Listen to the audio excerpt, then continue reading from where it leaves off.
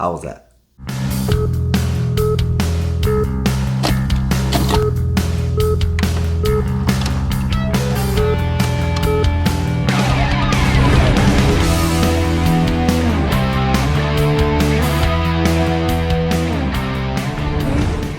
Thorn Theater subscribers, it is Halloween, so I hope you enjoy the weekend, and I hope tonight you go out and have fun, whether that's a party by yourself with your friends or you take your kiddos trick-or-treating. I hope you do that. But before we get to the movie that we're reviewing today, I gotta let you know my latest single, Hungry Eyes, is now available on all major streaming platforms at the link below. It's gotten great feedback. I'm so honored. I wrote this song when I was 17. This is a long time in the making, so please help me out.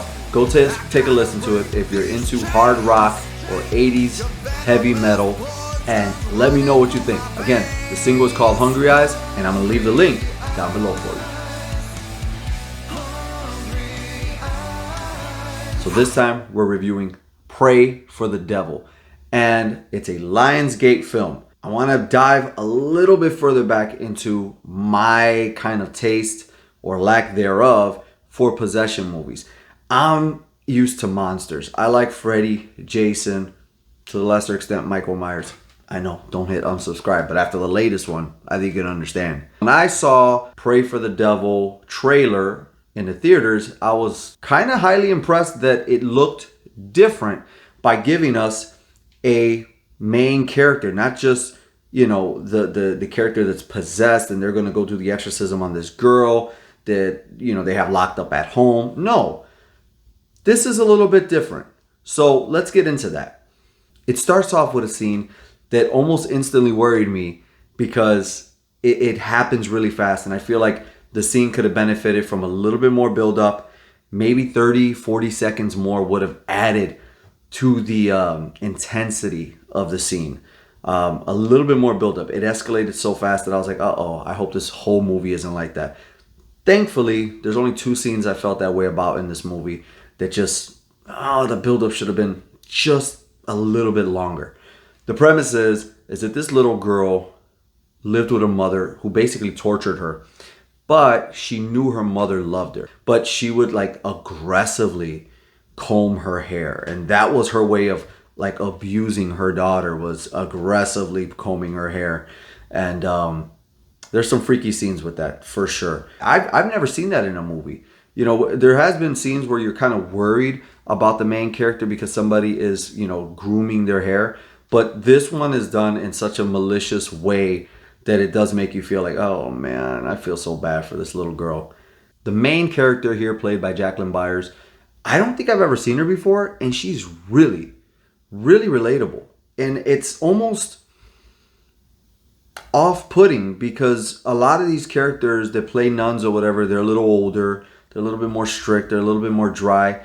In her moments in the film where she's not playing a nun, or where she just doesn't have to be that kind of character, she can just be herself, she feels very relatable. She makes some jokes. She's got these facial expressions that really come across screen. So there's something to her. I hope she, you know, goes on to do more and more and more stuff that's really, really good, because she is definitely one of the best parts of this movie. Of course, there's a lot of pop-out scares, you know, sudden scares and big jumps. But I think they're done well in this movie. As the film goes on, one thing that I really enjoyed was the special effects weren't terrible. Nothing stood out to me as, that is such bad CGI. All the CGI in this film really was done well.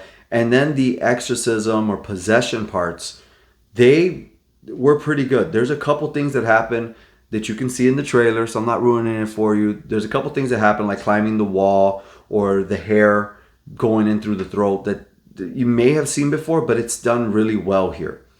There is a twist in the movie. I'm not going to talk about it, but there is a twist in this movie that makes it all come together, like from beginning to end.